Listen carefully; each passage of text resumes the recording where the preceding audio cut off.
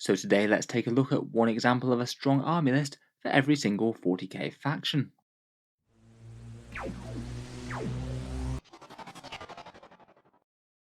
Hello and welcome back to Auspex Tactics, where today I thought we'd do a big overview of some of the strongest lists in the game right now, going through each and every faction in Warhammer 40k, and talk about one strong army list that's placed fairly highly at a recent tournament.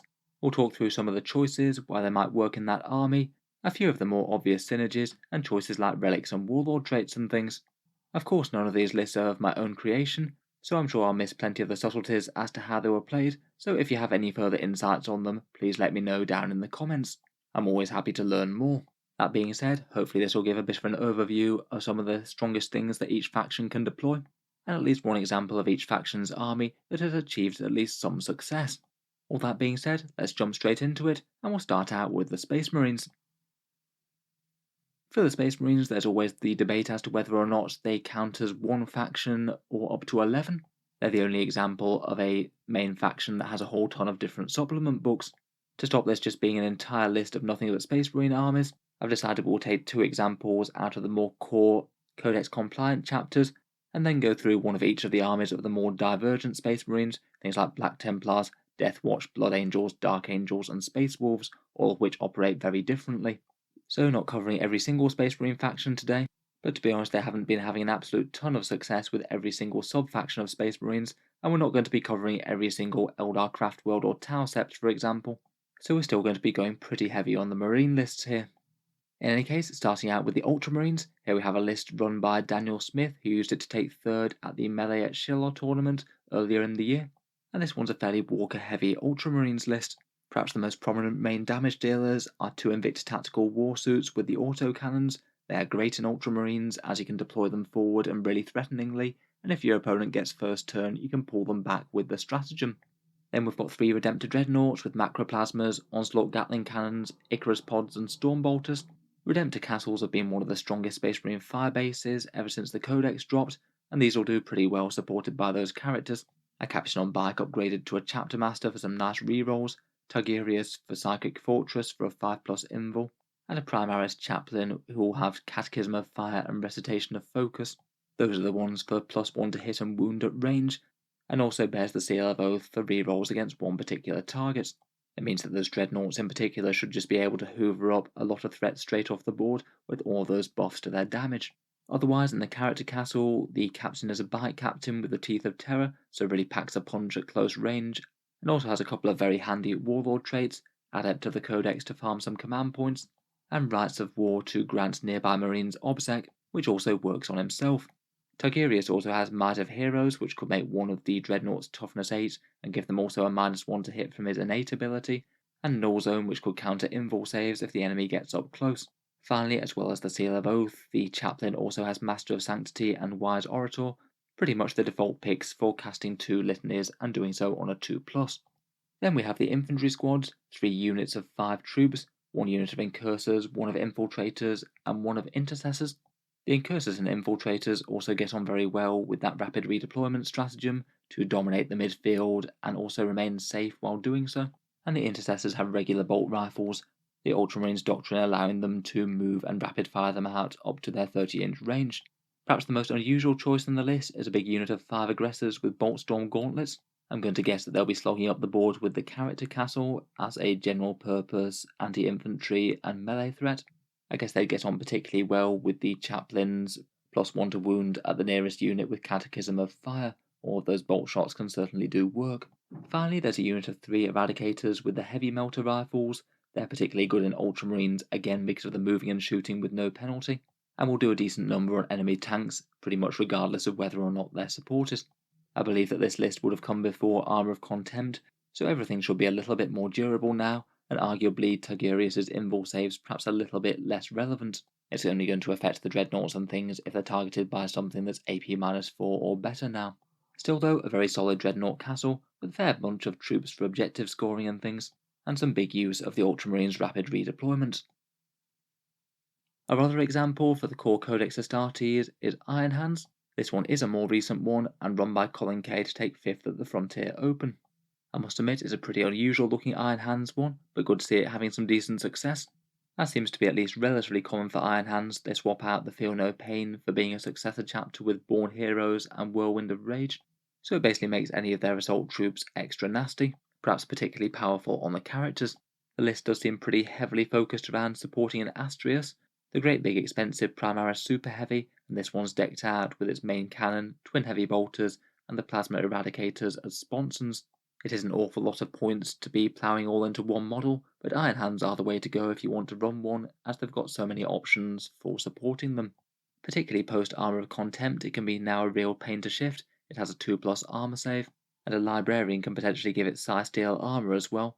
If you manage to cast this on the Astrius, it's going to have an effective +2 to its save from Armour of Contempt, so it would be even saving things with an AP -3 on a big 3+. They've also got Reforge as well, another way to heal some wounds on a vehicle. As well as the Astrius, they also have a Leviathan Dreadnought to support as well, 2 Volkite Calivers, a Siege Drill, Grav Bombard, and a couple of Hunter Killer missiles. This one becomes exceptionally tanky as well, with the All Flesh is Weakness Warlord traits brought in with the stratagem, so it gives it a 5+ Feel No Pain. It's going to be brutal in melee with that chapter tactic, and really hard to shift between a 2+ armor save, Armor of Contempt, and that trait, never mind the healing shenanigans. Otherwise, to support these two monsters on the character front, there's a Tech Marine who's upgraded to Master of the Forge for the 3 wound healing and also takes the Iron Stone. That would mean that the Astrius is also -1 damage, so between all these buffs it is going to be massively hard to remove. It can also give it +1 to hit as well, so it'll be hitting on 2s with its guns. Finally, in the character section, there's a Chapter Master with a Jump Pack, Lightning Claw, and Thunderhammer. He could potentially have himself re-rolling all hits with the Chapter Master trait, and that combines very nicely with the Born Heroes and Whirlwind of Rage. And he also combines that with the Merciless Logic trait, which allows extra attacks on 6s as well. And I think with the Chapter Master rerolls, it usually just makes sense to reroll all failed hits and fish for as many 6s as possible to try and make them explode. When those attacks land home with the Thunderhammer as well, it also will be at damage 4 as it's a mastercrafted weapon. This guy's just hilariously fighty, and with Student of History, it means that he can potentially slam into an enemy unit, deal a crazy amount of damage, and then consolidate any way that he wants to before the enemy gets to strike back, so you've got a potential way to hit the enemy without getting hit himself. This guy's a true Smash Captain in 9th edition, pretty much taken to the max. It's quite fun to see just how brutal he can be. Finally, in the character section, there's a Company Champion with Chapter Champion and the Blade of Triumph. Won't be giving out any buffs to anyone, but he's just a very fighty character for the cheap points cost with damage 3 attacks.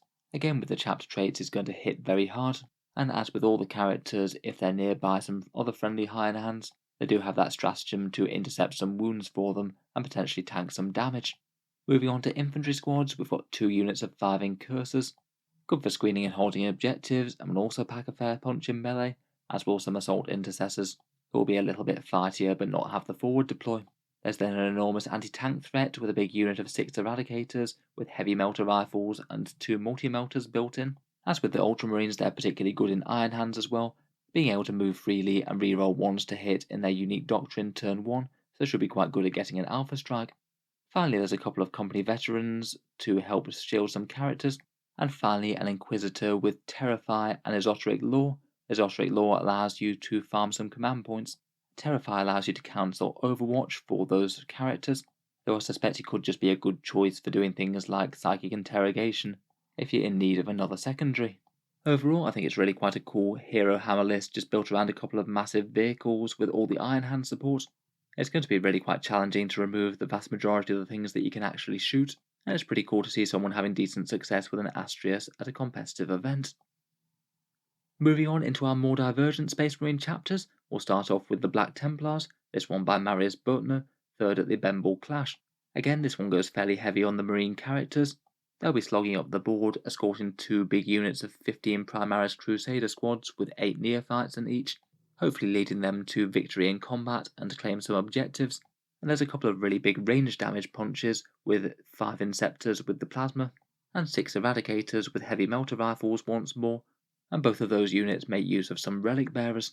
The Inceptors have the Icon of Heinemann, that's the one that allows you to ignore AP-1 or AP-2. Then the Eradicators have the Crux Obsidian, that one gives you damage -1, and also the Champion of the Feast stratagem upgrade that gives you +1 wound attacks and weapon skill. So those two together mean the Eradicator Sergeant is really quite obnoxious to remove. and it combos quite nicely with the Primaris Apothecary, who can further give a feel no pain, heal injured wounds off them, and likely will be aiming to resurrect the slain model that has those durability upgrades so the enemy has to chew through them all over again. Finally, on the squads front, there's 2 units of 5 Incursors, nice little flexible units to get onto far-flung objectives early and force the opponent to commit to them. Finally, we've got a very nice core of characters to lead them into battle. Grimoldus and Helbrecht both make an appearance. Grimoldus has Divine Protection for the 5+ Feel No Pain and Remorseless Persecution. He's the warlord with epitome of piety, 4 better psychic defense. Helbrecht is just a massive beast in combat and can give out the Chapter Master 4 rerolls to hit and also his bonus strength. There's then a Primaris Chaplain on bike with the Canticle of Hate and Crusader Helm. That's the one that allows you to put a unit in the Assault Doctrine early. And finally there's a Judicio with Oathkeeper, the Black Templar warlord trait that allows you to heroically intervene 6 inches, so it means that his Fight's Last ability is far more threatening and more likely to be used. And he also has the Aurelian Shroud as well, which can mean that he can give out some invul saves to nearby models, and most likely make those advancing Crusaders an absolute pain to remove for a turn. Hopefully an important one when they're exposed, but just before they make it into combat. I feel like most of this is fairly typical for Black Templar lists. Probably the biggest and most interesting change is the heavy reliance on ranged things with Inceptors and Eradicators. Kind of cool to see the Relic Bearer thing as being used so well on them, and the cool combo with the Apothecary. Next up for Space Wolves, we have the one that was run by a chap called Poulador, who used it to come first at the Lemonic War. I have talked about this one previously on the channel, and it's a kind of interesting Space Wolf list with quite a lot of unit diversity. It's organised into 2 detachments, a battalion and an outrider, and like the Iron Hands earlier, it has Whirlwind of Rage and Born Heroes as the successor chapter tactics, just to make everything extra good in melee. Character-wise, we're going very heavy on the Reclusium, 2 chaplains, one with Jump Pack and Power Fist, who takes the Exaltation of Rage and Canticle of Hate. Rage gives you +1 to wounds, and Canticle of Hate gives you +2 to charge. And he's the Master of Sanctity with Wise Orator, and also takes the Wolfen Stone to put 1 unit in the Assault Doctrine. Particularly with Whirlwind of Rage and the Assault Doctrine, chaplains are really nice with Space Wolves. They let you reroll all the hits on your attacks, fish for those 6s that get double exploding, and it puts their already good melee through the roof.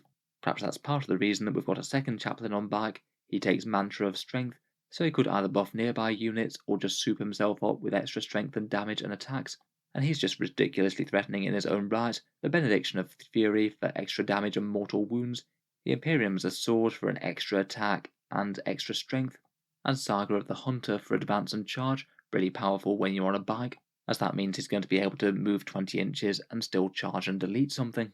Pretty threatening stuff there. There's then a Phobos Librarian with Instincts Awoken to put something in the Assault Doctrine, and Murderous Hurricane. That one grants a Fight Last ability to help control the charge phase and prevent interrupts, and then just in case that wasn't enough Fights Last, there's no less than 2 Judicias as well. Again, particularly handy in Space Wolves due to getting a 6-inch heroic intervention for free if they need it, so there's a pretty reasonable chance of them being able to step up into their 3-inch range and activate that Temper Mortis. Then, looking at the squads in these detachments, there's 3 units for Incursors, 2 of them taking a Haywire Mine, pretty nice for bullying light infantry and screening out the enemy on midfield objectives, and then 3 units that feel like hammer units, really good for receiving the buffs of the characters above, a Blade Guard veteran squad, and then 2 units of Wolf Guard with jump packs, 2 Lightning Claws, 3 Thunderhammers, and 4 Storm Shields. Throw one of these in the Assault Doctrine and give them a chaplain for reroll or hits, and these guys will cause some absolute carnage against virtually whatever they're thrown into. There's then a small unit of company veterans with Lightning Claw and Storm Shield, 2 small units of Servitors that could be used for screening or just holding down back objectives very cheaply, and then a big punch of Long Fangs with 5 Multi-Melters and an Armorium Cherub. They're loaded into a drop pod for a potentially massive first turn Alpha Strike punch. Space Wolves have the stratagem to allow them to fire without any modifiers to hit, so most of those multi-melter shots will be landing home. Finally, I believe just for actions and objectives, there's 3 individual units of land speeders with a multi-melter. They're pretty nice trading units just to zoom onto an objective, blast something with a multi-melter, and perhaps lightly be removed next turn, and are also nice for things like scoring engage on all fronts, if you happen to take that secondary.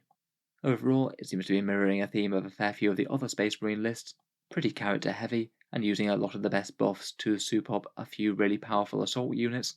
this list in particular seeming to go pretty heavy on chaff, with lots of expendable units that can be sacrificed for actions and objectives as needed. Moving on, we have the Space Wolves rivals in the Dark Angels, this one being a pure Deathwing list run by John Damaris, who took first at War in the Burg. This one's organised into a single Deathwing Vanguard detachment, so you get the command points refunded and the regular Terminators get objectives secured, and is a very simple list indeed, with no less than 40 Terminators in 4 squads, supported by 3 different characters. For the blocks of Terminators, there's 2 units of 10 Relic Terminators, all with Combi Bolters and Lightning Claws, and one of the squad sergeant does take a Chain Fist. For how cheap they are, they're stupidly hard to remove, and should deal with most light infantry pretty well. And with OBSEC will be great for contesting objectives. You definitely could combat squad them if you wanted to. Then there's 2 enormous blocks of 10 Deathwing Knights. They're a fair bit more expensive than Thunderhammer and Stormshield Deathwing, but they do have the advantage of hitting on 2s with their damage 3 maces, and certainly with access to some buffs, they pretty much obliterate most things that they'll catch in combat. To make sure the Terminators are performing to the best of their ability, there's an Interrogator Chaplain with a Teeth of Terror and Jump Pack. He's a Master of Sanctity with Wise Orator to cast those litanies on 2s, and he has the Litany of Faith for a 5+ save against mortal wounds, and Canticle of Hate for the +2 to charge.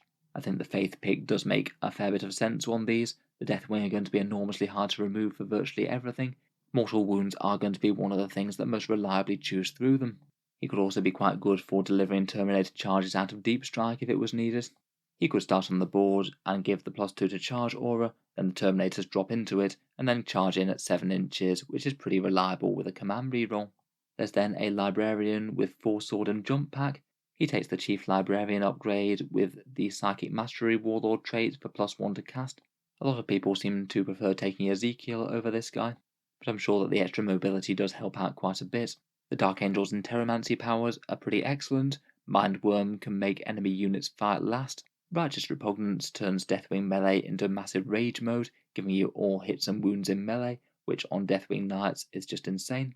And Engulfing Fear is pretty nice for objective shenanigans, taking away objective secured from an enemy unit, meaning that the Deathwing will often take it instead. He also has Decisive Tactician as well for +1 to advance and charge, and then Neural Shroud for a boosted range Psychic Hood. Finally, and perhaps a near mandatory inclusion in a big Terminator list, is a Ravenwing Apothecary. Fast moving, healing, and restoring units for 1 command point apiece. He hasn't upgraded to the Chief Apothecary or Selfless Healer, and will instead be paying the command points. And he carries the potentially powerful debuff relic in the Reliquary of the Repentant, meaning that enemies never get a invul save better than a 5+ when they're within 3 inches of him, which can be quite nice for really tough enemies. And he also has Rites of War as well, so both himself and likely some Deathwing Knights that he'd support will also be OBSEC, which certainly wouldn't hurt either. Restoring models can be quite gamey in big Terminator squads as well, as you might be able to get a significantly shorter charge if you're plodding across the battle towards the enemy. In any case, it's a seriously scary amount of Deathwing Terminators that can only be wounded on a 4+. A lot of armies just aren't going to have the ability to deal with this many tough models, and there's some potentially pretty easy secondaries, such as the Dark Angels one for holding down their deployment zone, Oath of Movement, and maybe to the last. Next up we have the Blood Angels, who have seen a little bit of a resurgence, doing well at a few tournaments lately. Armour of Contempt does seem to have worked out quite well for them. This one was run by Sam Procopio, who used it to take 6th at Motor City Mayhem. Really quite a big 40k tournament, so placing 6th is very impressive. This one seems to be a fairly typical Strong Blood Angels list, mainly revolving around a few very scary squads of jump infantry with some nasty character support, a little bit of firepower, and some nice squads for objectives. For the main hammer blow, there's 3 units of Sanguinary Guard, certainly a unit that's looking even more interesting now Armour of Contempt came about. The 2+ armor save was already decent, but it looks a lot more interesting now, particularly if the squad can get light cover. In any case, there's 2 units of 7, 1 with swords, 1 with axes, and 1 unit of 5 with the swords. They're spectacularly dangerous near the Warlord as well, getting extra buffs in combat there. There's then 1 unit of Death Company, 5 of them with jump packs, and 3 Thunderhammers in the unit. These guys could easily pack a very nasty Alpha Strike with Forlorn Fury, using 2 command points to jump forward and threatening a first turn charge. Leading them into battle, there's a trio of characters, a captain who's been upgraded to a Chapter Master for the 4 rerolls for 1 core unit. He's got a jump pack, a damage 2 Relic Blade, and an Inferno pistol.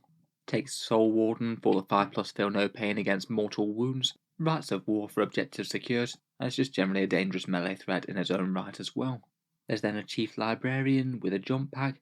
He takes Psychic Scourge, Null Zone, and Psychic Fortress. Psychic Fortress will hand out a nice 5+ invul. I feel like Null Zone might be the single most important of these, as it can basically turn off enemy invul saves, allow the Sanguinary Guard to chew straight through them, and he gets a +1 to cast his psychic powers with Psychic Mastery. He also has the Armor Indomitors as well, which could be kind of useful in Blood Angels. They can use that stratagem to force the enemy units in combat range to attack the character, so you could activate that and give him a reasonable chance of surviving. Finally, there's a Sanguinary Priest with Jump Pack. He can put 1 unit into the Assault Doctrine each turn for free, as well as doing the normal Apothecary things with Chief Apothecary and the Selfless Healer, restoring a slain model each turn, and he also has the Teeth of Terror as well to chase it down, making him into yet another very dangerous melee character in his own right. Then for other supporting units, we've got some decent OBSEC on objectives, 2 units of Incursors, very much feeling like a bit of a staple in most Space Marine lists, but particularly nasty in Blood Angels on the charge, 1 unit of Intercessors, maybe to hold down backfield objectives and skirmish with light infantry, and then some really quite interesting objective grabbers, 5 Scouts, 2 of which take Camo Cloaks, either some very cheap forward deployment or could ride in the Landspeeder Storm. A Landspeeder Storm itself, which isn't an uncommon pick, really quite cheap and a throwaway unit that you can throw onto objectives and also secure things like an engage on all fronts. And then Agents of the Imperium in a small unit of 6 Voidsmen at arms. The new rules for the Rogue Trader, where you can get a very cheap infantry squad to ally to your forces. Because there's 6 of them, that means that they could do things like retrieve Nachman data if they needed to. I guess potentially maybe you could outflank them alongside the Eradicators. Speaking of which, to round up, we've got 2 threatening units of Gravis armor, 1 unit of 3 Aggressors with Boltstorm Gauntlets, a bit of anti-infantry fire, and some high AP damage to melee, and then a unit of Eradicators, again with the heavy melter rifles, one with a multi-melter. Some really quite powerful anti-tank there, and could combine quite nicely with the Chapter Master's 4 rerolls to hit. I suppose outflanking could still always be an option though, and even Blood Angels Eradicators can be fairly dangerous on the charge if they're in the Assault Doctrine. Overall, a very scary force of Sons of Sanguinius, Sanguinary Guard that are far harder to kill than they were before with Armour of Contempt, loads of units for achieving objectives and actions fairly easily, some powerful support characters, and a couple of elite Gravis armoured punches. Finally, for lists coming from the main Space Marine Codex, we have a Deathwatch one. This one was run by Mikhail Klangby, who used it to take 4th at a Games of Westeros GT. This one's quite fun as it's using the relatively new Kill Team Strike Force Army of Renown, the one that came out in the Warzone Octarius supplement, and the one that forbids you from using any vehicles or anything like that, and means that you have to go just very, very heavy on the troop kill teams for the Deathwatch. The main advantage of this is that you can chop and change between the various different Marine chapter tactics. For example, you can have 1 turn of very long-range White Scar charges, 1 turn of boosted Imperial Fist bolters, and 1 turn of Iron Hands Feel No Pains if you should desire. There's also a big meaty 3 command point stratagem called Specialism Extremis that allows a kill team to auto-wound against an enemy that their kill team is dedicated against. For Aquila kill teams, that's against everything. The Indomitor ones in this are Aquilas. The Proteus ones are Dominatus specialised, so could use that against elites, and the Spectrus one is a Purgatus one, so is against HQs. Could be nice enough with those Eliminators, I guess. As mentioned, the list revolves around 3 different kill teams. 2 Indomitor ones with 5 heavy intercessors with the heavy bolt rifles. Then they have slightly different mixes of Aggressors and Inceptors.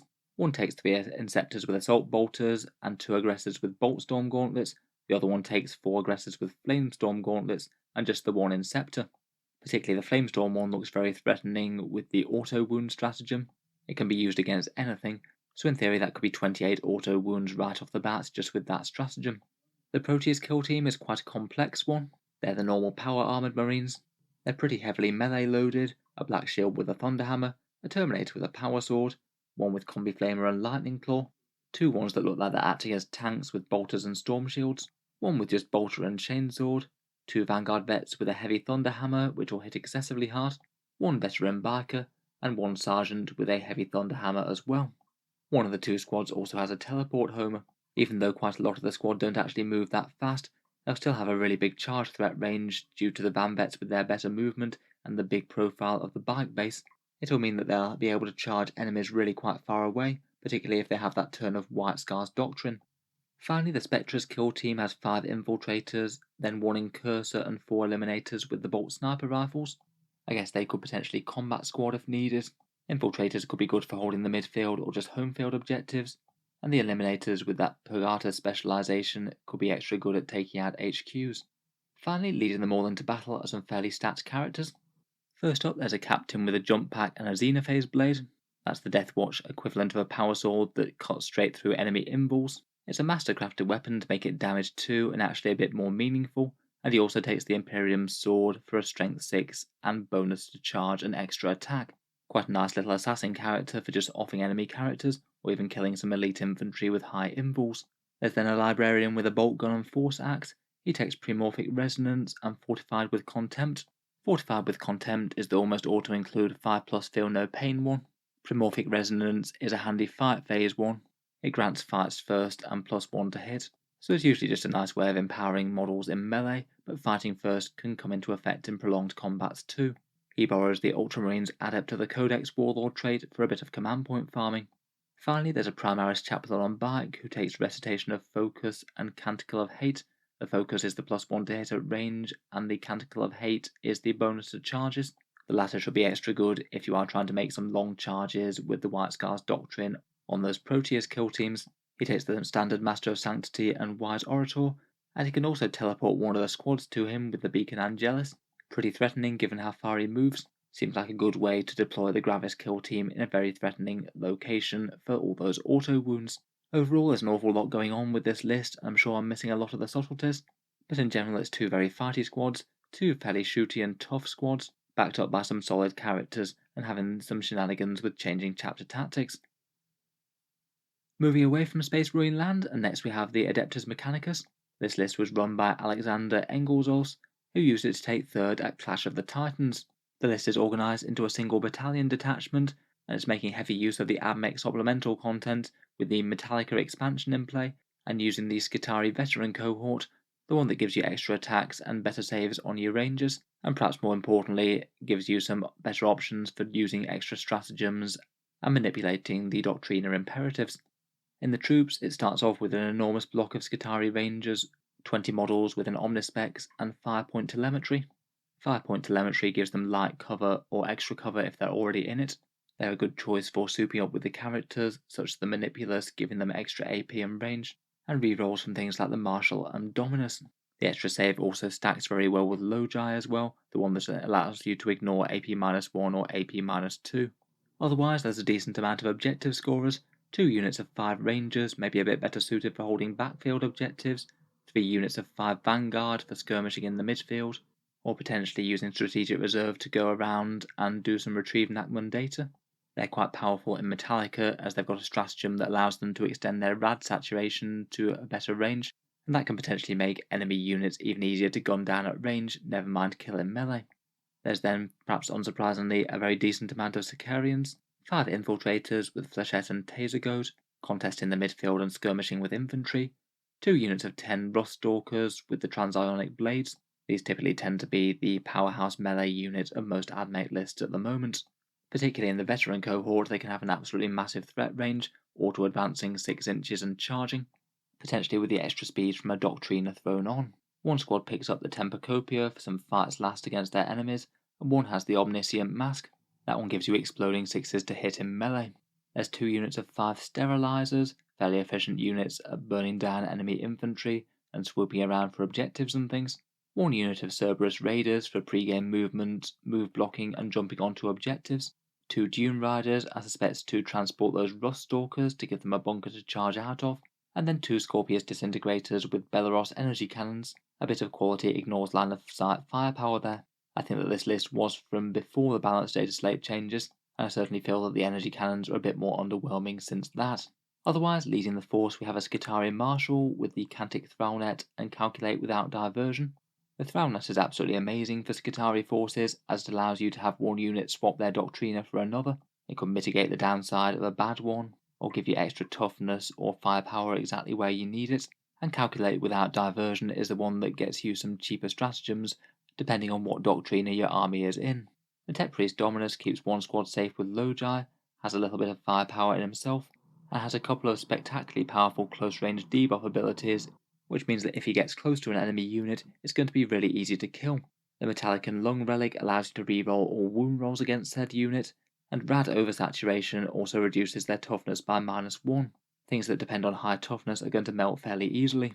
Finally, there's a Tech Priest Manipulus, who takes the Transionic Cannon, which is upgraded to the Sonic Reaper, basically a Strength 5, AP -2 and Damage 2 Heavy Flamer, where if you wound on a 5 or 6, then it does mortal wounds and the attack sequence ends. I guess that could be pretty potent if working tag team with the Dominus and his debuffs. Overall, Admech certainly aren't having the best time of it at the moment, not compared with their massive dominance last year, but the Skitarii veteran cohort and all the options do seem like a solid way to go, and Metallica is pretty powerful as well with those debuff relics, plus the very handy ability to turn off enemy rerolls at a key point with a stratagem. Next up we have the Grey Knights, this example being run by Chris McSheehy, who used it to take first at the West of Scotland GT. The force is made up of a single battalion in Swordbearers. That's the one that amps up the Dread Knight's firepower, potentially getting you +1 to hit and +1 to wound if you use both the stratagem and the psychic power, so it can be a pretty powerful combo for hoovering one enemy unit off the board. The list feels like a fairly well balanced one for Grey Knights, 3 Dread Knights including a Grand Master, a bunch of power armour including Strike Squads and Inceptors, a chunky unit of Paladins, and some supporting characters. The Dread Knights are in the fairly standard configuration of Gatling Silencer, Psy Cannon, and Nemesis Greatsword, very solid in shooting and all-round melee, and the non-HQ ones also have a teleporter for shunting around the board for CP. The Grandmaster takes the Sigil of Exigence, the one that allows him to teleport when he's shot, and he also has Gate of Infinity to get him where he needs to go, and Empiric Amplification, the one that allows you to get extra damage out of your Psi weapons, so can add into the extra combo with the Swordbearer's psychic power. A very scary force to do a lot of heavy lifting there. The Strike Marines are armed with halberds, pretty decent home objective holders that can also do a fair bit of counter-attacking.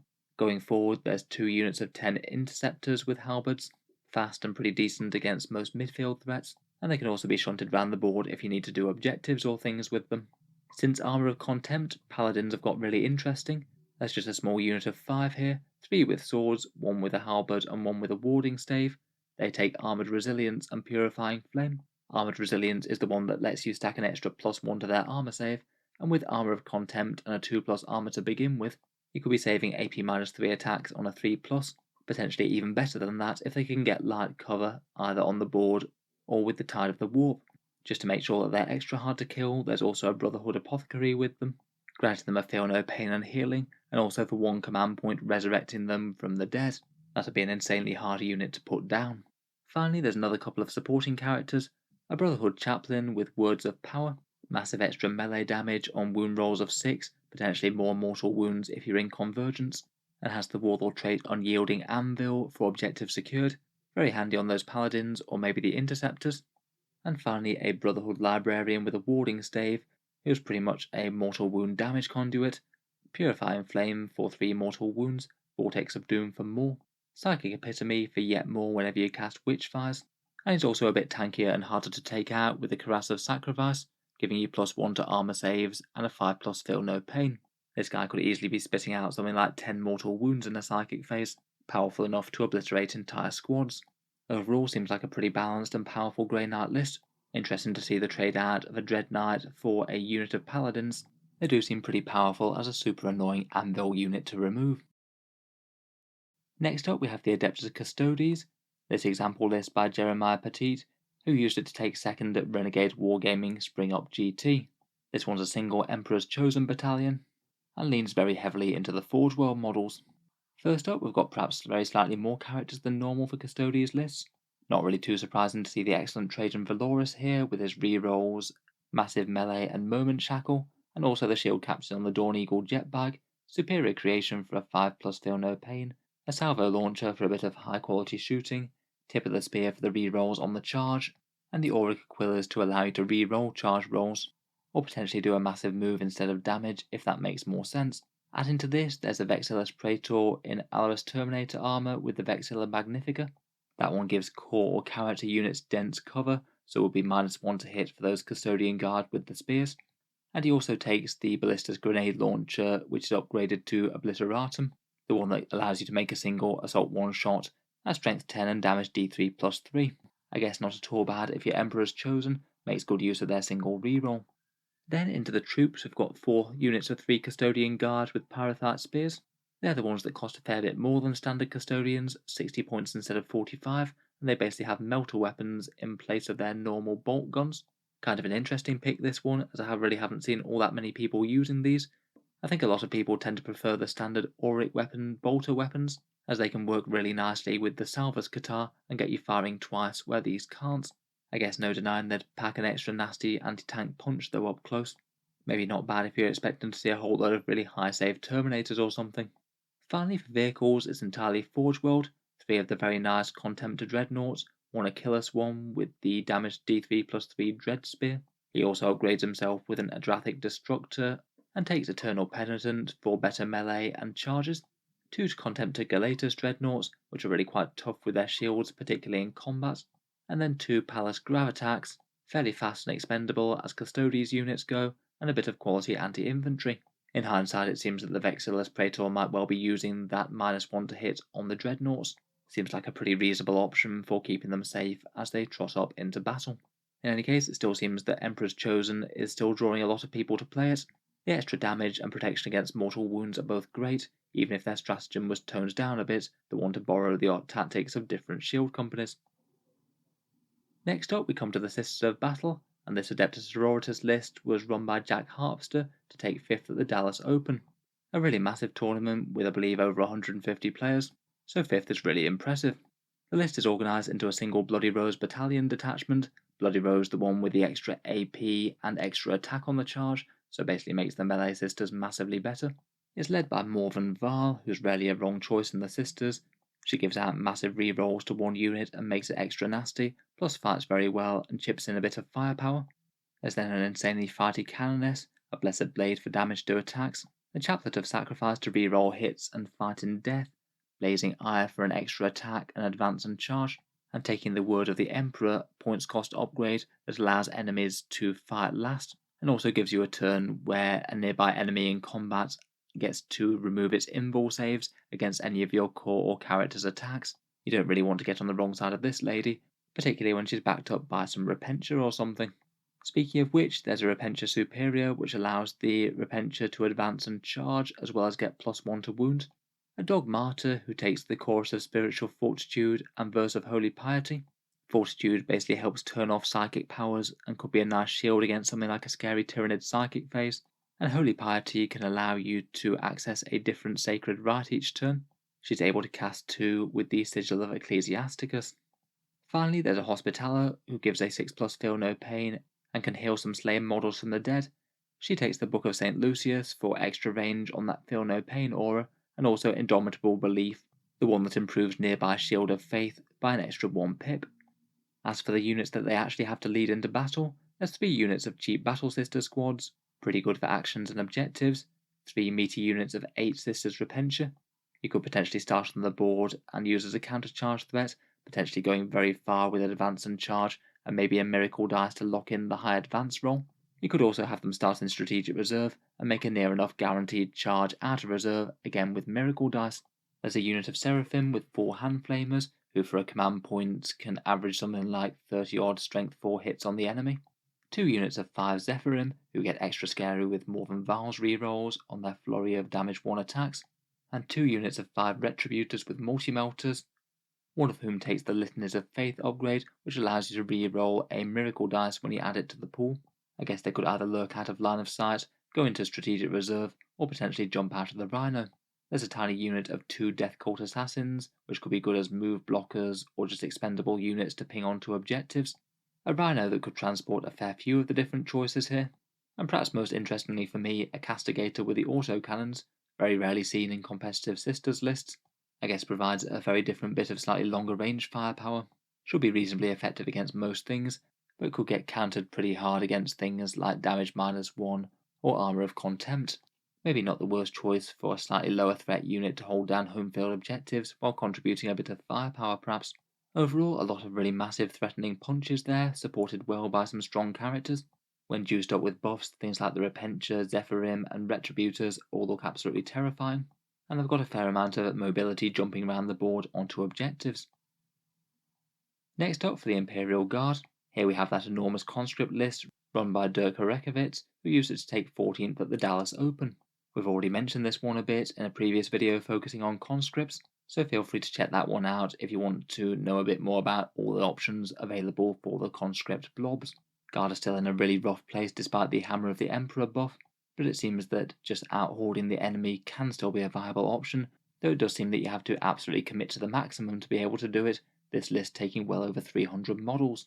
The list is organised into 2 Cadian battalions with 10 units of 30 conscripts within them, all of which are upgraded to white shields for the reliable orders. There's so many objective secure bodies here that a lot of lists will just struggle to remove them from the objectives, so they should score pretty decently on primaries and stopping the enemy from scoring theirs, particularly with Castellan Creed and 3 company commanders able to move them into position. In support, there's 2 tiny command squads with nothing but las guns. Could be used for some screening or cheap objective holding if some of the conscripts have to move on. 2 units of 3 mortar squads, who are quite efficient against most targets with the auto wounds from Hammer of the Emperor and Cadian rerolls, and then a small patrol of Iotan Gorgon's Scions, consisting of a Tempesta Prime, 2 units of 5 Scions, and 1 unit of 6. They'll near enough guarantee retrieve Nachman's data, as they can drop very close to the enemy if they need to, and provide yet more annoying bodies to remove in the right places. Overall, if you didn't bring enough anti-infantry, you might really struggle to outscore this one. Apparently the normal secondaries that are taken are engaged on all fronts, retrieve Nachman's data, and to the last, keeping 3 of the conscript units off the board until they need to be, and even when they're there, they're not all that easy to chew through, with buffs like Take Cover and the Cadian stratagem to keep them alive.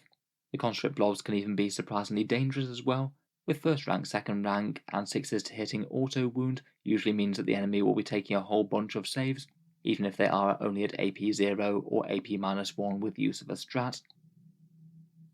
Lastly for the Imperium we have Imperial Knights. The codex hasn't been out all that long yet, but here's an example by an Eero Saukonen, who used it to take 2nd in a JMG Spring in Graintown tournament. This example is a single House Tyranids super heavy detachment.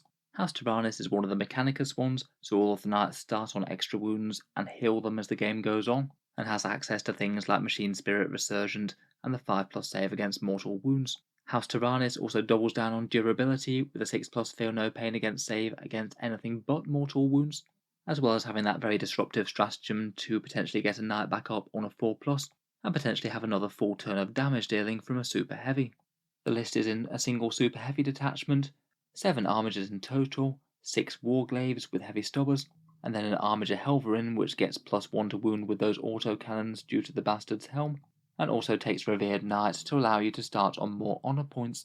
Between all the armigers, that's really quite a lot of fast moving OBSEC and some decent melee threat as well, and in particular the heavy thermal spears, the anti-tank weapons on the warglaves can be particularly nice with that lay low the Tyrant's Vow. A single hit or wound reroll per turn does wonders on powerful guns like that. Then for the big knights though, there's a Knight Crusader and Knight Paladin, both of which work together to put out an obscene amount of mortal wounds out of the Crusader, who takes a rapid fire battle cannon, Avenger Gatling cannon, and heavy stubber.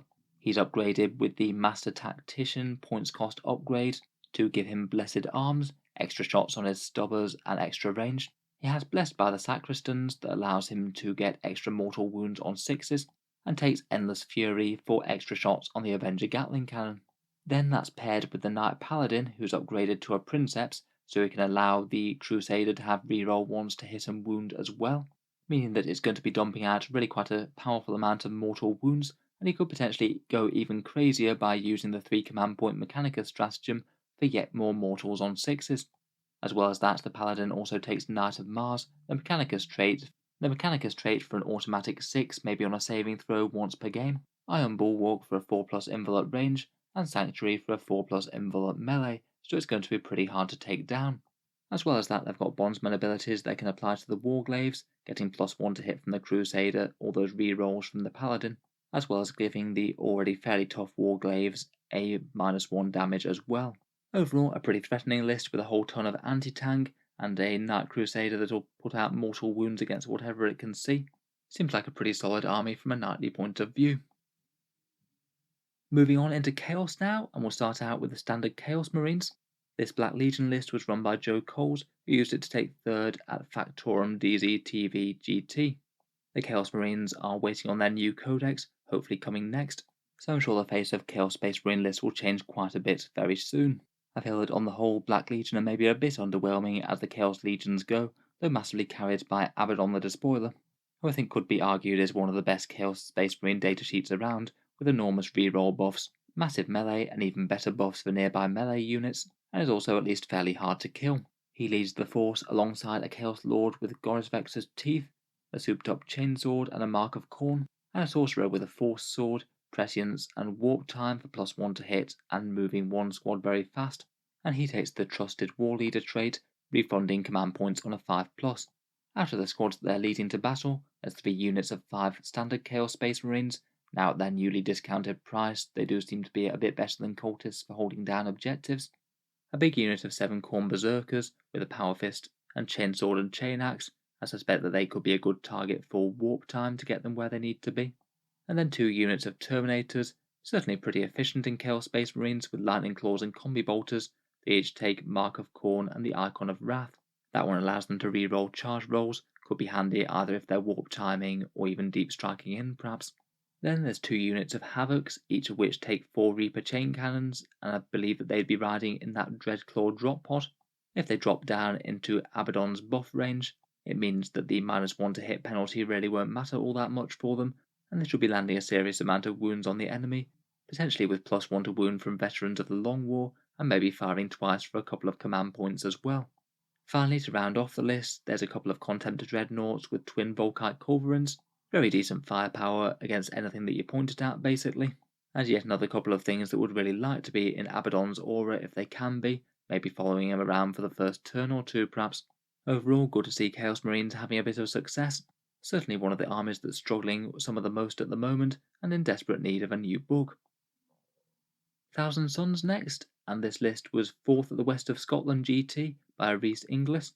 This list is made up of a single Cult of Duplicity battalion, a trio of Psychic Casters leading 6 squads into battle, 5 big units of 10 Rubricae, and 1 unit of Scarab Occult Terminators. Certainly since the Armour of Contempt, a lot of people have been running Scarab Occults en masse. Kind of interesting to see a list that flips that around and goes heavy on the rubrics, who of course benefited as well. Cult of Duplicity is perhaps the most competitively played Thousand Sons list. That's the one that allows you to teleport around the board with a psychic power, which is pretty massive considering that most of them move around really quite slowly if they don't have that. Character-wise, we've got Ahriman, who is set up in a very Mortal Wound delivery formation. He's on a disc with Gaze of Hate, Tzeentch's Firestorm and Doombolt, easily kicking out enough mortal wounds to evaporate an elite squad then and there. There's an Exalted Sorcerer with Glamour of Tzeentch and Presage. Glamour is the -1 to hit, and Presage gives you +1 to hit. He takes Master Misinformator, which allows you to redeploy units and react to your enemy, maybe even putting them in strategic reserve if it's best. And he also has the Umbralific Crystal as well, allowing you to teleport 1 squad across the board. A scary redeploy on some Rubrics or Scarabs could go very nicely. Finally for HQs, there's a Thousand Sons Demon Prince. He takes a Hellforged Sword and Wings, and is a seriously scary combatant with Swelled by the Warp for extra buffs to his stats, and Twist of Fate, the one that can allow him to ignore enemy invul saves, allowing him to really threaten some of the scariest units in the game. To keep him safe, he's got Undying Form for -1 damage, and the Conniving Plate, a really nasty combat debuff where you can only allocate half your attacks towards him, meaning that he's not very likely to die in melee. Finally, for the squads, we've got 5 big units of Rupert Marines, each of which takes 1 Soul Reaper cannon in each of them. 3 of them take Temporal Surge, the new Warp Time, 1 of them Weaver of Fates for the 4+ invul, and 1 of them Empiric Guidance. They're all objectives secured, and while they don't do as much damage in melee as say the Scarabs might, they're going to be an absolute pain to scrape off objectives in that many numbers. Finally, there is 1 big solid unit of 10 Scarab Occult Terminators. They're loaded up with the shooting things, 2 Hellfire Missile Racks and 2 Soul Reaper cannons, and they'd be very happy to use Presage and potentially other psychic powers to make their shooting even nastier. Then with a +1 to hit and the rerolls from the Exalted Sorcerer mean that they could threaten most things in the game with the sheer volume of attacks. Overall though, mass tough OBSEC Thousand Sons seems to have worked okay. There's potentially a very scary amount of Inferno Bolts coming out of the list, never mind all of the Mind Bullets, and they can laugh off a whole bunch of attacks, particularly against damage 1 with the new Armour of Contempt. Moving on to Nurgle's forces, and we have the Death Guard. This list run by Wayne Russell, who used it to take 3rd at a tournament called QGG Kickoff in Ipswich. The Plague Company being taken is Mortarian's Anvil, which does seem to be the most commonly played one.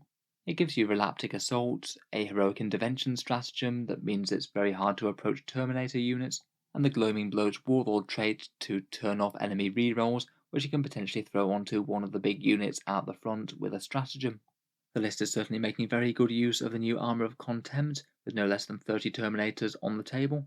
3 squads of 10 Blight Lords, each of which takes 7 swords, 2 flails and 1 axe, and 2 Blight Launchers for a little bit more shooting. For the points cost, they're still not super high damage dealers, but with Toughness 5, 3 wounds, -1 damage, a 2+ save and Armour of Contempt, they're going to be an absolute pain for a lot of armies to scrape off objectives, not caring that much about most damage besides things like very high power Melter Fire or Mortal Wounds. They've got a fairly decent cast of buffing characters to help support them, a Malignant Plague Caster to give a unit -1 to hit with Miasma of Pestilence, and Curse of the Leopard to help out against killing light infantry. He's got the Gloaming Bloat to turn off enemy rerolls within contagion range, and also packs the Plague Skull of Glathilla, an extra little mortal wound bomb that you can unleash for 3 or 4 mortal wounds at a nearby enemy. We then have Typhus, the Lord of Contagion with the extra psychic power. He's got Gift of Contagion to debuff enemy melee, and Plague Wind for a bit more mortal wound output. He's also a pretty decent combatant himself. And then a trio of support characters from the Virion, the fairly standard issue Foul Blightspawn with his dangerous Plague Sprayer and Revolting Stench Bats for Fight Last, and Viscous Death to make his Plague Sprayer a bit more reliable, a Plague Surgeon to add an extra 6+ Feel No Pain to the big units, a bit of healing, and also takes a couple of buffing powers. Arch Contaminator allows you to reroll wound rolls with those plague weapons, and Fugaris' Helm to make the Feel No Pain go a little bit further with a boost to his aura. Finally, there's a cheap and effective Tallyman with +1 to hit from his core buff and also generates a fair few command points. Lastly, to help out with actions and objectives, there's 2 units of 10 Poxwalkers and 1 unit of 10 Cultists. Could be used for screening or just cheaply holding home field objectives while the Terminator blobs get stuck in, or potentially doing actions like Spread the Sickness for the Poxwalkers. I think 30 Death Guard Terminators could certainly be a very intimidating prospect to face down. A lot of weapons just aren't going to do all that much to them, and you might even have some healing back from the Plague Surgeon each turn. It's going to be a nightmare to scrape them off any objectives, but I guess they are a bit weak to being manoeuvred around, as they don't move all that quick on the board. Demons next, and this Chaos Demons list is run by Joni Velasquez, who used it to take 3rd at the Iron Cage GT, and it's perhaps a fairly typical Slanesh list for Chaos Demons at the moment, certainly one of their strongest builds throughout 9th edition. The list is made up of a Slanesh patrol and battalion, and it's mainly Be'lakor plus a whole bunch of Keepers of Secrets, all of which will be able to advance and charge with the Locus of Slanesh. Be'lakor's hard to deal with his -1 hit and wound and 4+ invul, plus he can assassinate enemy characters and heavies pretty well with cutting straight through invuls with his sword. For Psychic he has Paul of Despair, which could allow a unit to fight last or potentially mess with enemy auras, and Penumbral Curse, a pretty powerful melee debuff, where one enemy unit gets -1 to their wound rolls, which should hopefully ruin their damage output quite nicely. He's then leading 3 Keepers of Secrets into battle, each of which move 14-inch base, can advance and charge as well, so have an average of a 24-inch threat range from wherever they start. The 3 standard ones all upgrade themselves to Exalted Keepers of Secrets. They could either roll up 2 of the buffs or choose 1 of them. And then there's also Shalaxi Hellbane, the character Keeper of Secrets, who isn't really all that different from the standard ones besides having a -1 to wound built into combat, and she takes the Shining Aegis for a 6+ Feel No Pain and better against mortals. Most of the Keepers either take Hysterical Frenzy or Delightful Agonies. Hysterical Frenzy is the one that gives you a chance to fight again if you remain in combat after the opponent's turn, and Delightful Agonies can also be a way to give you a Feel No Pain. One of them is extra zippy with Celerity of Slanesh, an extra 3-inch move meaning that the average threat range is now up to 27, and it's extra fighty with an extra bonus 2 attacks from Silver Strike, a Relic Witstealer Sword. The next one takes the Living Whip for a close range shooting attack that's quite good at killing Space Marines, and also has the Forbidden Gem to make one character unit potentially unable to fight in a turn. That one takes the Purvein of Slanesh, which can be quite good against hordes. And then there's a final one that just takes a Ritual Knife, Delightful Agonies, and Hysterical Frenzy. The Exalted upgrades can be pretty handy for them too. Then, I guess in a bit more of a supporting role, there's 4 units of 10 Demonettes, again very fast moving, objectives secured, and can hopefully hold down the objectives while the big demons are getting stuck in. 3 units of 2 Fiends, who can lend a bit of a hand against hordes but also have that powerful ability to prevent fallback, and then 3 units of 5 Furies of Slanesh, fairly fast moving, and again could jump around to either screen or do objectives or actions.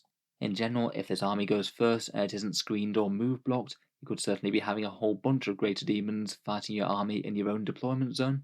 A lot of them are very good against 3-wound infantry like Terminators and things, which seem quite popular at the moment, and there's a fair amount of decent support units to follow up and help out the big ones. Lastly for Chaos, and we have Chaos Knights, this list run by Nicholas Venker, who used it to take third at the Warhound at Game Grid's GT. I did mention this one when we were talking about Chaos Knight lists earlier this week, and it turns out that this guy is actually behind the Hexfleet Virals blog. Really quite stunning and nicely painted Chaos miniatures, and I thoroughly recommend giving that one a check out if you want to see this army in all its glory. The mainstay of the list is a House Herpatrax Super Heavy detachment, and then there are a couple of extra War Dog Executioners in a Super Heavy Auxiliary. House Herpatrax is iconoclast, so all the knights there will be a little bit better in combat, extra AP and extra attacks on the charge, and Herpatrax makes the knights a fair bit tougher. All the War Dogs get an extra +2 wounds, and the big knights get a big +4. There's 3 super heavy knights in it, a Knight Abominant, a Desecrator and a Rampager, and then 2 War Dog Carnivores, the new dedicated melee ones. The Abominant is set up to be monstrously hard to shift. It's got the 5+ Feel No Pain from Winds of the Warp, and for his other psychic power he takes Vortex of Terror, the one that gives you a chance to debuff the enemy with -1 ballistic skill or weapon skill if they fail a dread test. He's stacked with a whole load of upgrades, the Knight Diabolus for a +1 attack, not bad considering that Flail then trebles his attacks, Aura of Terror, the one that makes dread tests extra likely to fail, with taking 3d6 and then drop the lowest for enemy units within dread range. Blessing of the Dark Master, the Chaos Undivided one that turns off enemy rerolls against you, and potentially opens you up for the stratagem to get him back up when he dies. And then the Soul Raptor Swarm, the Relic Terror Shades that give him a 4+ save against mortal wounds, and also doubles down on enemy models fleeing within dread range, giving you more damage on them with extra mortal wounds if they do. He just seems like a massive, enormous, tough anvil that's quite good at delivering dread abilities and then making them work. Then there's a Knight Desecrator with a Diamonus, the Relic Laser Destroyer with 3 shots. He also takes a Warp Strike Claw, and then Mark of the Dread Knight for the Feel No Pain, and Infernal Quest to give him objective secured. Quite a good generalist all-rounder. He's pretty awesome at taking out heavies between the massive anti-tank Diamonus and then the Warp Strike Claw hitting on 2s in combat, as Desecrators do that. Again, pretty tough to take down with the extra wounds and Feel No Pain. And then there's a Knight Rampager, the dedicated melee one. He has the Veil of Medringard for a 4+ invul against range and a 6+ in melee, and Beguiling Majesty, the debuff against enemy melee attacks where they're -1 to hit and wound, so it's ridiculously hard to kill there.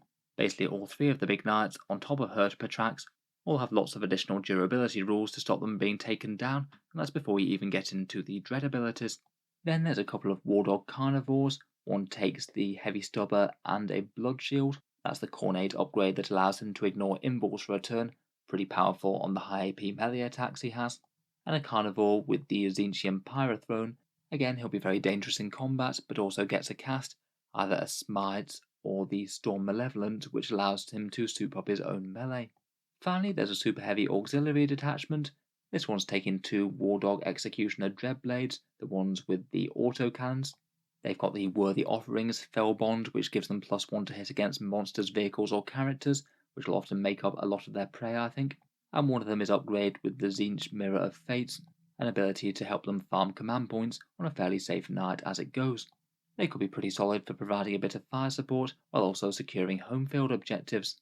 Overall, it's a bunch of some seriously tough knights, maybe slightly limited range firepower, but they've got a lot of power up close between those Carnivores and the Rampager. A lot of what they catch in combat they should kill. Moving on to Xenos next, and we'll start out with the Craftworlds. This list by Francois Lalonde was used to take first at the Grand Clash 40K, and it's organised into an Outrider and Patrol detachment, making use of the very powerful combo of the far-flung Craftworld with Hail of Doom and Masterful Shots. This seems to be one of the most commonly played Craftworlds at the moment. Hail of Doom is the big shuriken buff, where any hit rolls of a 6 give you an auto wound of a 6, which also triggers the shuriken's extra AP ability.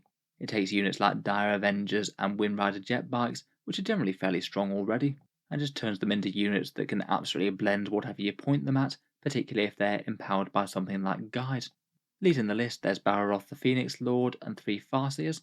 Bararoth is easy enough to justify in just about any Craftworld list. He jumps on and off the board, packs a fair bit of firepower, can charge in and chop a few things up with his melee, and then bounce away before the opponent gets to strike back.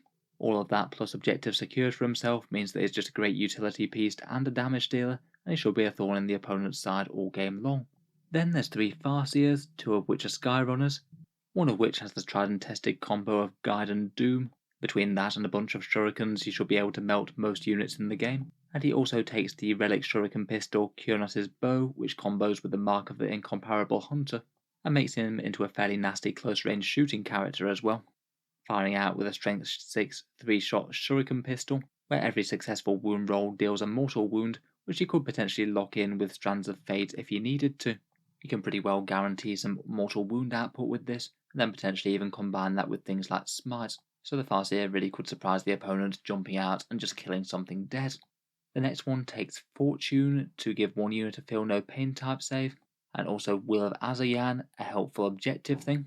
That one grants Obsec and the ability to shoot while doing actions as well, so potentially pretty nice on those Dire Avengers or maybe the Wind Riders. Then there's a Farseer on foot who takes Fateful Diversions and Focus Will. Fateful Diversions is the command point farming one. Focus Will is the one to empower other nearby psykers. It also gives you +2 to deny the witch test as well, which could be very relevant against other powerful psychic armies. And then finally there's a unit of 2 Seer Council on jet bikes. They have Protect and Jinx to ruin an opponent's save. Again, that won't hurt at all if you're shooting at them with shurikens. A pretty powerful amount of psychic there. You certainly could sacrifice one of the Farseers to doing a secondary like mental interrogation each turn. And against some really clustered up enemies, you could potentially throw a big Eldritch Storm at them and get an unusually powerful amount of mortal wounds. Then for the units that are actually leading into battle, to fill out the patrol there's a single unit of 5 Rangers for a bit of screening, 3 units of 10 Dire Avengers, which are pretty much exactly what you want with the Hail of Doom Masterful Shots combo. AP minus 2 shurikens and 3 shots apiece is pretty scary. One of them also takes Stand Firm as well to give them objective secures. There's a small unit of 5 Howling Banshees, where the Exarch takes the Mirror Swords, Crone Scream, and Piercing Strikes for extra damage. It means that even if most of the squad die, the Exarch herself is going to be massively blendy. There's 2 big annoying 9-man units of Swooping Hawks. They'll bounce on and off the board, covering the enemy in automatic wounds from their lasguns. One of the squads becomes a bit tougher by buying in the Phoenix Plume for a 4+ invul and 5+ Feel No Pain for the squad. And that combines with Winged Evasion for a -1 to hit as well, so that squad, even if you can target it, is going to be very hard to take down. With Baharoth nearby, you could also have Obsec on them too, so it could be very nice for a bit of late game objective stealing. Finally, there's a very decent contingent of jet bikes as well, a small unit of 3 Shroud Runners, 2 small units of 3 Wind Riders with Shuriken Catapults, which are fairly decently good against light infantry, and then a very big unit of 9 Wind Riders, all with Shuriken Cannons. With that much investment, I'm pretty sure that they'll be getting things like Doom, Fortune, and Guide spent on them. And with Masterful Shots, they'll be very potent against most targets. Finally, there's 2 single Vipers with Scatter Lasers, some cheap and effective firepower for the very low points cost that they have, and could be nice sacrificial units to throw onto objectives or move around the board for things like Engage on all fronts. Overall, it's really quite cool to see a mainly Footdar and Jetbite list doing so well. I quite like the way that in the new codex they have made it so shuriken weapons can actually be legitimately scary, and Dire Avengers are really acting as the Craftworlds battle line, even though they've been moved to the elites. Moving on, we come to the Drukhari. This one was run by Giulio Cesare Gamandi, who used it to take first at the Factorum DZ-TV GT. I feel like Drukhari have a fairly balanced codex at the moment, with a lot of their units being really quite usable, and this list kind of embraces that. There's a massive amount of stuff going on here with very little spam. It's using the triple patrol formation, which Drukhari can get without having to spend extra CP, a Blackheart Cabal patrol for the extra power from pain and rerolls, an Artists of Flesh Covens patrol for the -1 damage against low strength weapons, and a custom Witch patrol with precise killers and slashing impact.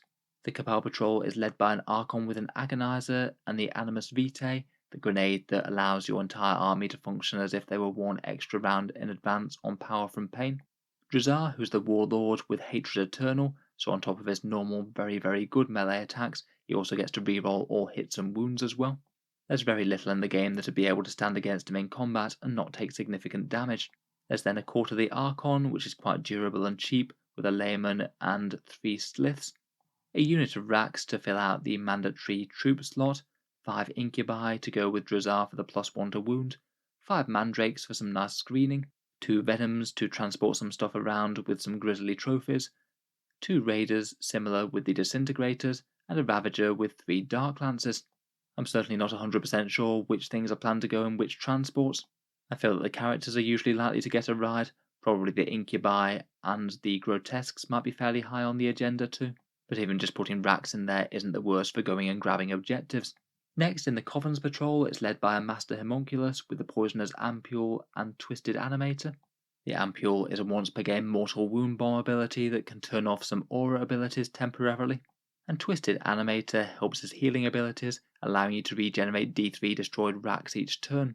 That'll combine very nicely with the unit of Hemoxites. There's 10 upgraded racks here with the Electrocorrosive Whip and a bunch of Liquefy guns for some ranged threats. Hemoxites are the rack upgrade that allow you to ignore one failed save each turn, so they're a decent amount tougher. There's then 2 other units of 5 racks, each with a whip and Liquefy gun, 2 units of Bloodthirsty Grotesques with monstrous cleavers, fairly solid melee threat against most things and massively hard to remove, particularly with the -1 damage, a Kronos with a Spirit Probe, and a Telos with a Macroscalpel, Gauntlet, and Heat Lances. Finally, there's a Witch Cult Patrol led by a Master Succubus with the Adrenalite, Precision Blows, and Triptych Whip combo. That would usually mean hitting with something like 10 attacks, getting mortals for every hit of 6, and also wounding non-vehicles on 2s with a damage 2 weapon. Fairly likely to brutalise most elite infantry squads like Space Marines. There's 5 racks to fill out the mandatory troop requirement, and then a unit of 5 Reaver jet bikes with their massive threat range. They take Grave Lotus for extra strength and a Grav Talon. There's a blaster in the unit for a bit of anti-tank, and the sergeant takes a power sword. Overall, I'd say it's a fairly complex list with really quite a lot of interesting threats going on. Plenty of fairly tough, annoying infantry to hold down objectives in the racks and the courts of the Archon. Transports to get a lot of the important stuff close to the enemy. A couple of tooled up, really fighty characters, and a few other just random threats that you really can't afford to ignore, like the massive range of those Reaver jet bikes, and the annoying, moderately dangerous, and hard to shift pain engines. I feel like most of the time if you are moving to try and counter one element of the list, it might equally open up another bits to be able to be used optimally against you. Lastly, for the Eldar, we come to the Harlequins. This list was run by Alexander Dugov, who used it to take first at Slagmark FYN. This list seems to show that despite the Void Weavers getting a decent points bump, they still seem to be very much alive and well, as this list still takes 7 of them despite costing a much more expensive 130 points, where before there were 90. The list organised into a single Harlequins battalion using the Sadath of Light. That's the one where hit rolls of 1 to 3 fail at greater than 12 inches away. They can advance and shoot as if they were stationary, and they have that very annoying stratagem for running away when they're charged with capricious reflections. Leading the force is a Shadow Seer, taking Mirror of Minds for a bit of character fighting, Webway Dance for some Feel No Pain, and packing the Relic Shuriken pistol Crescendo. That's the surprisingly dangerous pistol with 6 shots at 12-inch range, at strength 4, AP -3, and damage 2, so quite likely to cause at least some pain there. There's a Troop Master with a fusion pistol and Harlequin's Kiss. He takes Player of Light for an extra attack and strength, and also a better heroic intervention, and has a pretty massive enormous charge range with Foot in the Future, meaning that charges are near enough guaranteed for him as he always adds 6 to the result. It's also upgraded with the Queen of Shards Troop Master upgrade, which if he wounds the enemy on a 5+, invul saves can't be taken against his attacks, so it's quite nice for assassinating characters or very tough units with high saves. Finally, for characters, there's a Death Jester with Harvester of Torment and the Laughing God's Eye. Harvester of Torment is the exploding hits on 6s one. Certainly doesn't hurt with making his attacks a lot more dangerous, and Laughing God's Eye is the Feel No Pain against mortal wounds for friendly Harlequins nearby. Then, as for what they're actually leading into battle, there are those 7 Void Weavers, as we mentioned, 2 units of 2 and 1 unit of 3. Pretty hard to get to grips with the Sadath of Light and Harlequins in general, and some very generalist firepower that should be good against just about anything they're pointed at, and then 4 5-man troop squads each with a Caress, Kiss and Embrace to allow them to use any of the stratagems, and 2 fusion pistols. They all take Star Weavers, and then 1 cheap trooper squad with nothing, maybe dedicated to be a bit more actions or objective units. In any case, it's interesting to see how Harlequins lists have adapted to their previous nerfs, and it certainly seems that Void Weavers have still got it, even at 130 points. Next up we have the followers of the 4-armed Emperor in the Genestealer Cults, and this list is by Robin Roberts, who used it to take 3rd at War in the Berg GT. This list is made up of a single Twisted Helix battalion. Twisted Helix is the one that gives everything +1 strength, so is extra good on pure strain Genestealers, and they also get +1 movement as well, so get stuck into the enemy a bit quicker, which certainly doesn't hurt. Leading the cult, interestingly there isn't a Patriarch this time. It does seem that Patriarchs really divide opinions a bit, some people bothering to run multiple detachments so you can get 2, other people thinking that they're just not all that great for the cost. In any case, the 2 primary instigators of this uprising appear to be a Primus and a Magus. The Primus takes Bioalchemist for extra damage on his attacks, and the Magus takes a familiar with Mass Hypnosis and Might from Beyond. Mass Hypnosis is the fight's last and melee debuff, and he also has Twisted Helix's unique spell, the Mutagenic Deviation. The Magus also has the Unwilling Orb as well, which is quite handy to have in the list, as it lets you deny anywhere. Really nice for shutting down key casters a long way away, and potentially messing with psychic secondaries such as Mental Interrogation. There's then an Acolyte Icon Ward, which can potentially heal some slain Acolytes to the squad, but also is very nice with deep striking units, giving them an all-important +1 to charge, usually taking you up from a 8 to a 7. And then in the elite slot, we have the Kelemorth with the Wormtooth rounds, giving him the option of an anti-infantry character sniping strike, or just really powerful rounds that can end things like Custodes or Terminators quite easily. And finally there's a Nexos with the Cranial Inlay. The Nexos can hand out crossfire markers and broadcast character buffs, but the Cranial Inlay is pretty good just in itself, as it lets you farm command points. Then for the actual hammer blows of the units that they're dropping into battle, I'm guessing that a fair few of these will go in Deep Strike Reserve, but a few of them will be piling out of the 3 Goliath trucks in the list. First up, there's a unit of 10 Acolytes with 6 Hand Flamers and 4 Rock Drills. Hand Flamers mean that they can barbecue light infantry quite nicely, and the Rock Drills are a really quite nice anti-everything weapon, with a really weird combo of 6s to hit, cause 2 mortal wounds, and also all of its regular attacks auto-wound as well, even though its regular attacks are damage 1. It makes them pretty much as good against anti-infantry as it does against really tough things, so you can't really go too far wrong with whatever you throw them at. They take the buff Our Time Is Nigh, the +1 attack on the first round that they fight, a pretty big increase when those Rock Drills are attacking with 2 attacks apiece. There's then a pretty enormous unit of Acolytes, no less than 15 of them, packing 5 Hand Flamers and 6 of the Rock Drills. They take a Trap Sprung for a 3d6 and drop the lowest charge when they come in from reserve, and should be very reliable to deliver in combination with that Acolyte Icon Ward. That'll be so many attacks and potentially a whole bunch of mortal wounds that they pose a pretty significant threat to most anything in the game. There's then a unit of 5 Acolytes with Hand Flamers and Lying in Wait, the one that lets them pop up just 3 inches away from the enemy, maybe for a crafty objective snatch, or just barbecuing some enemy infantry that thought they were safe, and then 3 individual units of 5 Acolytes, potentially dropping in just for harassment duties, holding home field objectives, or dropping in to do things like retrieve Nachman data. Then we've got a unit of 10 Metamorphs, each with Hand Flamers. I guess they might be one of the contents that's riding in the Goliath trucks. Pretty brutal anti-infantry there, both from the Flamers and their extra AP melee. And then 2 massive units of 10 pure strain Genestealers, with their 4 attacks hitting at 3s at strength 5 and AP -3. One of them takes the almost auto-include upgrade of They Came From Below, which kind of means that you can't really lose with one unit. They deploy as a blip marker. If you go first, then you can pre-game move them and most likely get a first turn charge. If you go second, you have the option of zipping them back up into Deep Strike Reserve and then coming in for an 8-inch charge later. Finally, to wrap up, we have the bikes and vehicles. There's 3 Goliath trucks, which are relatively sturdy transports with -1 damage, a useful unit of 4 Atalan Jackals, which are fairly tough for the cost and quite good with pre-game moving and screening, and then a unit of 3 Ridge Runners with mining lasers and flare launchers, and they pick up the From Every Angle upgrade, the one that allows them to arrive from strategic reserve on turn 1, so hopefully get a pretty powerful alpha strike on the enemy, with a whole load of essentially las cannon shots lightly hitting on 3s.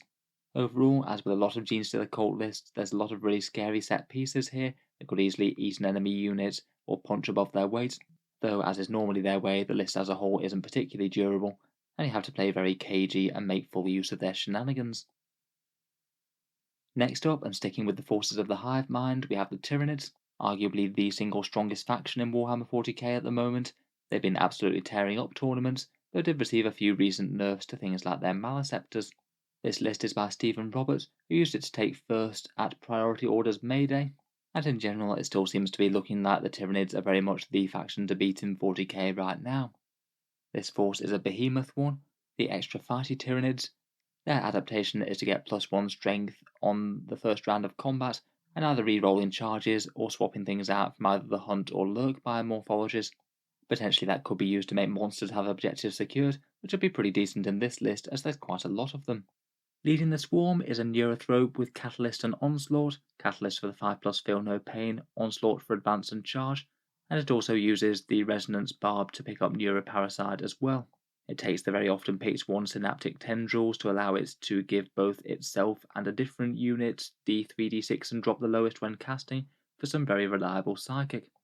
A staple in most Tyranid lists, there's then a Winged Hive Tyrant, taking Wings and the Reaper Obliterax Bone Sword. It moves 17 inches, can still charge, hits very hard with a bunch of damage 3 attacks and mortal wounds with the Reaper, get extra attacks from the Adrenal Gland stratagem, and then potentially swoop away with Overrun. Psychic powers wise, it has Catalyst, Neuroparasite, and Unstoppable Onslaught, the Behemoth unique one, and that one can give you +1 to wound as well, or give it to another unit. Finally, it also has Direct Guidance as well, so you can give one core unit +1 to hit. So it can be a pretty powerful buffing piece as well to say the Raveners or the Screamer Killers, with both +1 to hit and reroll 1s to hit as well. Then for the monstrous infantry, to fill up the troops detachment, there's 3 different units of 3 Tyranid warriors, all with dual bone swords, 2 Death Spitters and a Venom Cannon. Very strong general purpose shooting and melee with those, plus Obsec, and 2 of them also take Adrenal Glands for a little bit of extra movement. There's then a unit of 3 Zoanthropes which unlock that Synaptic Imperative to give all your monsters a 4+ invul for a turn. They take Catalyst and Onslaught, though I suspect that they'll be smiting. And then there's 6 Raveners with Death Spitter and Rending Claws. Just an all-round efficient and hard-hitting unit, like warriors but moving far faster, and a pretty good target for any buffs that you had going. Rounding up, and very fluffy for Behemoth, there's really quite a hefty contingent of monsters. 3 Screamer Killer Carnifexes with Adrenal Glands, pretty hefty in melee and having a short range attack. A Maleceptor still makes the cut with Paroxysm and Psychic Scream. It's still a very tough bug with a little bit of melee, and belting out something like 8 mortal wounds in a turn is hardly that bad either. There's an Exocrine for a bit of quality long-range fire support, a Tyrannofex that's using the Acid Spray, that's the one where you get around about 10 auto flamer hits at strength 6, AP 3 and damage 2, so quite good at purging Space Marines. And he also takes the Voracious Ammunition upgrade, which gives you a 2+ chance to deal D3 mortal wounds on top of that. He also picks up Adrenal Glands as well for extra strength and movement. Finally, and I'm sure will be a very common pick in Tyranid lists until they're adjusted, is a Harpy with the Venom Cannons, massive amount of anti-tank plus bombs, plus a bit of melee on a very manoeuvrable and fairly tough platform. This one also is Synapse as well, upgrading with the Synaptic Enhancement Adaptive Physiology. Overall, it's a very monster-heavy Tyranid list indeed. It's quite fun to see the Screamer Killer Carnifexes en masse, plus the Tyrannofex, and it's still not really compromising all that much on the big mortal wound psychic phase either, between the Neurothrope, Zoanthropes and Maleceptor. I guess some of the monsters might have some issues with terrain, but if they are all being Obsec, then it should at least give them some decent chance to steal objectives off the enemy. Next up we have the Tau, and this is a list that I mentioned briefly in the Starting Tau video I did earlier in the week. This list is by Thomas Ogden, who played it to victory and taking first at the Dog Invitational GT. It's made up of a Vanguard detachment, a Patrol detachment, and a Supreme Command detachment, all in Tau Sept, and allowing you to get 3 different commanders that way. Tau Sept is probably the strongest way to play the forces of the greater good now that Farsight Enclaves got nerfed. They allow access to some very solid characters, plenty of whom are represented here.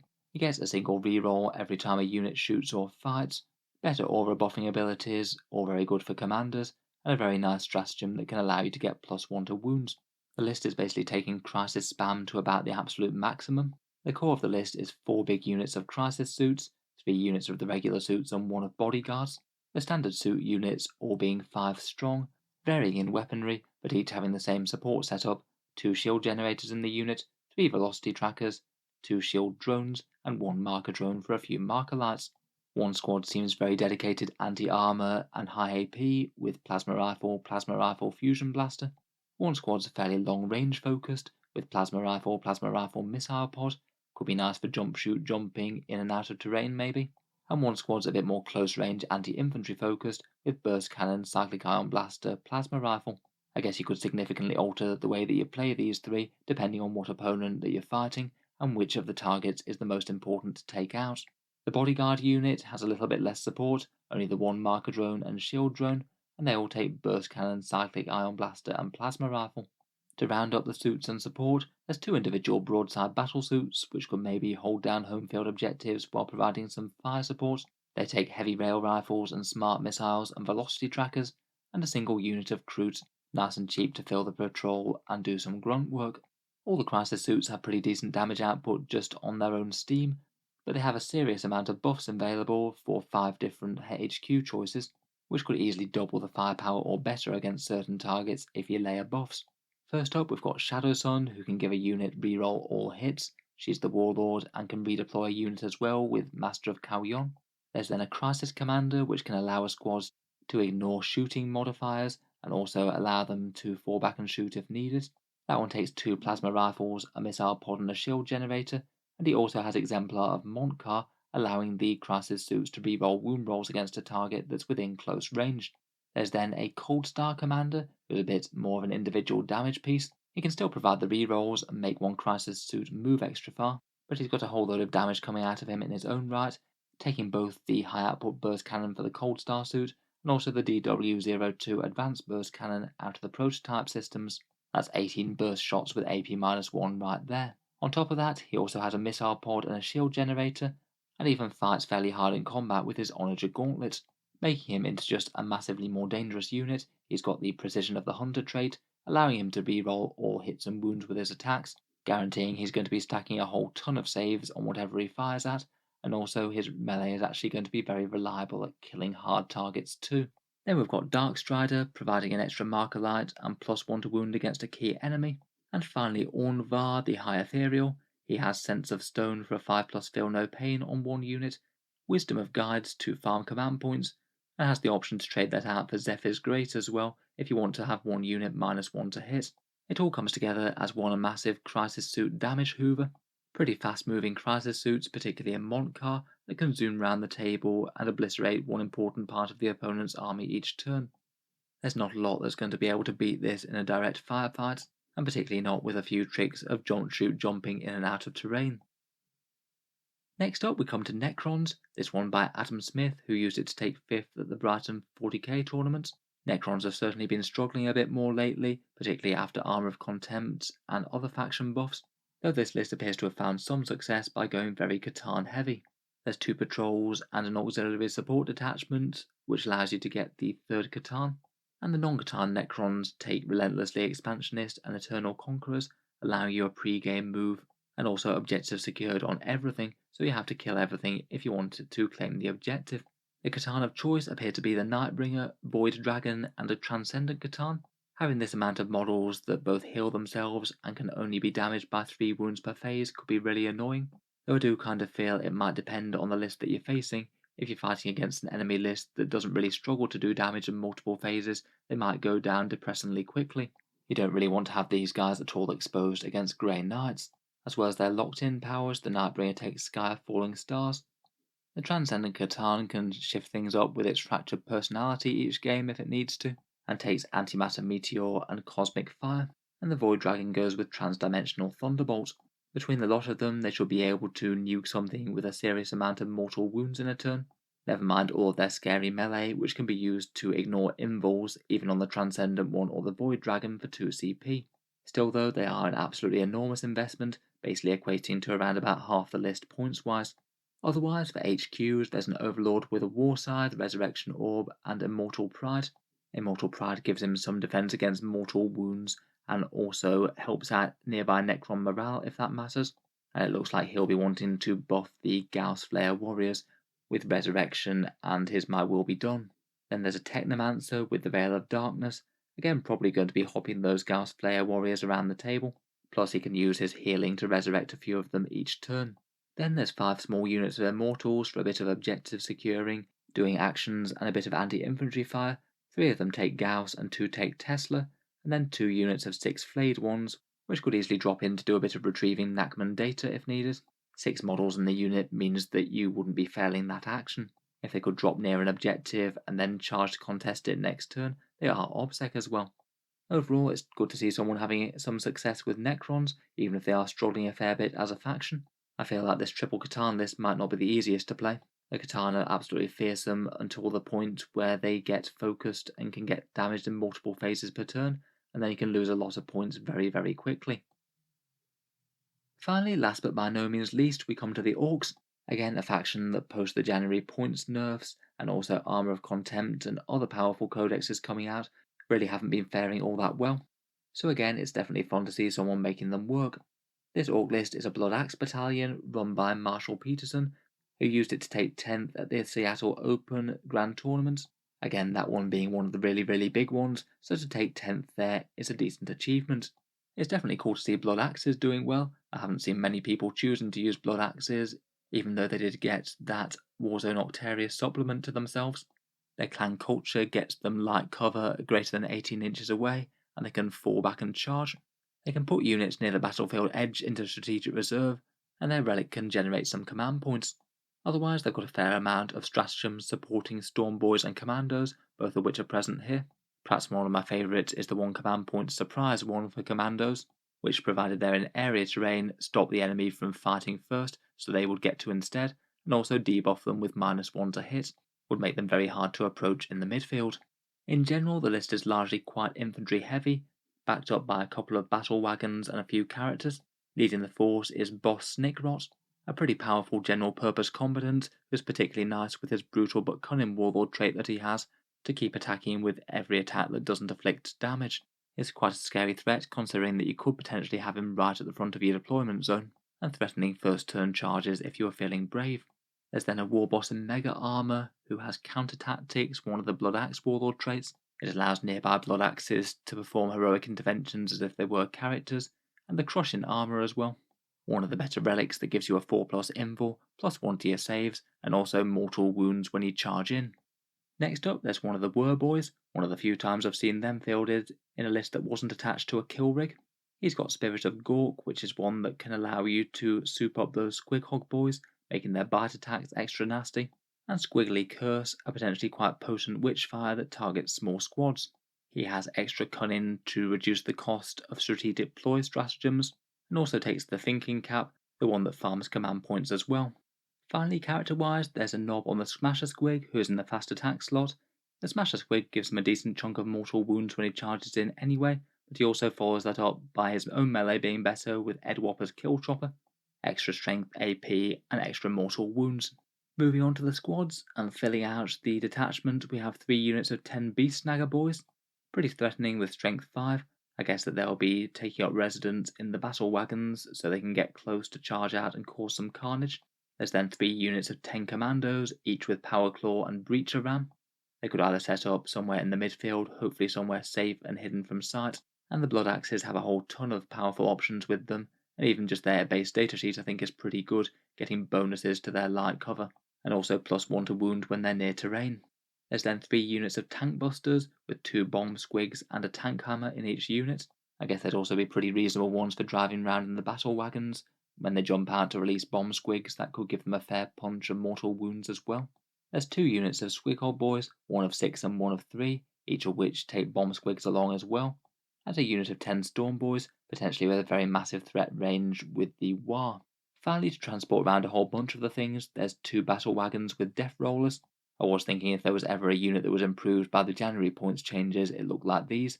They're very cheap for the points cost now, and with a Death Roller they're still pretty decently threatening in combat while they do their transport duties. They've got absolutely massive transport room as well, up to 20 Ork infantry. Finally, there's a single custom Mega Cannon mech gun, very efficient shooting for the points cost, maybe wouldn't be the worst to park on a home field objective if that made sense. Overall, I think it's a very cool Orks list. Nice to see the actual core of the army being genuine toughness 5 greenskins, rather than just collections of boggies and plains. It does look like it will be a bit of a challenging list to play well though if you're not used to it.